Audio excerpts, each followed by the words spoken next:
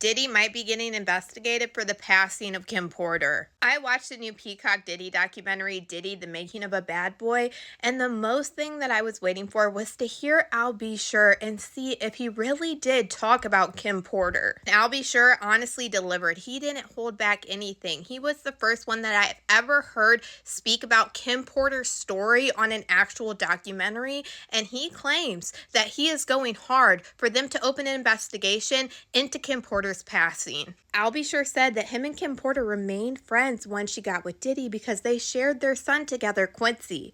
He said that she started to confide in him and told him that something wasn't right with Diddy, and it was like his soul had gone completely dark, like he wasn't there. Al B. Sure said that Kim Porter feared for his life when she was in a relationship with Diddy, and she asked him to not get involved because he would get himself unalived if he did. Al B. Sure even said that this is why his relationship with Quincy wasn't as great as it was, because Kim Porter wanted him to keep his distance because of Diddy. He said that the way the media was portraying him to be a deadbeat dad to Quincy wasn't even real. He said that that was actually a PR stunt set up by Diddy's publicists. He said Diddy would even claim that he adopted Quincy, and he said that is never true. There was never an adoption. That is why Quincy's name is still Brown and has always been Brown. Just like Al B. Sure, whose name is Albert Brown III. During this time, there were a lot of rumors that Kim Porter was getting abused by Diddy. Gene Deal is also in this documentary, and he said, "One time I was called on the phone to rush over to St. Luke's Hospital,"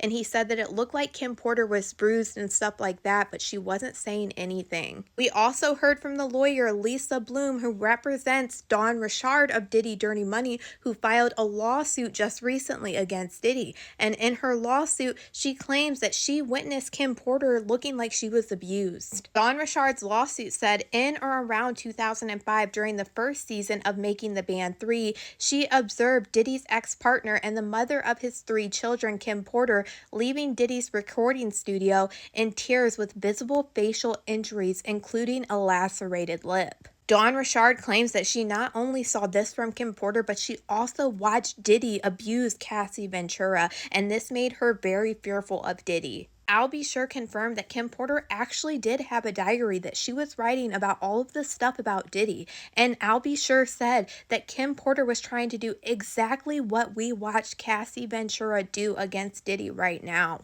Al B. Sure claimed that someone got the passcode to Kim Porter's phone and her computer, and they found out what she was writing and what was going on behind closed doors. He said that the public had no idea what was happening right in front of everybody's eyes, but there were a lot of people who knew and who turned a blind eye to it. Al B. Sure went on to say that he knew that Kim Porter was unalive, that she didn't just check out over pneumonia. He said that he knew the second he heard that something wasn't right with this, especially because he was just around her during Quincy's Christmas movie, The Holiday Calendar, that aired on Netflix, and she looked to be in amazing health. This is something that Al B. Sure has talked about for a long time. He has always wrote very openly on his Instagram and even contacting the police, saying that he believed that Kim Porter was unalived and she didn't pass away from pneumonia. And then Al B. Sure started talking about how he was put into a coma. He said people were intentionally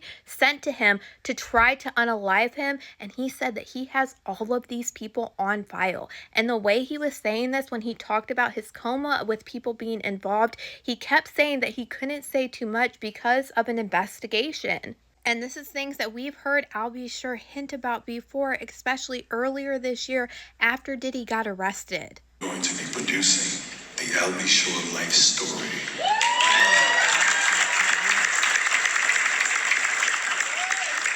So hold on to your britches, and you'll really understand how I ended up in a coma. Oh shit! You're really gonna need to call Homeland Security.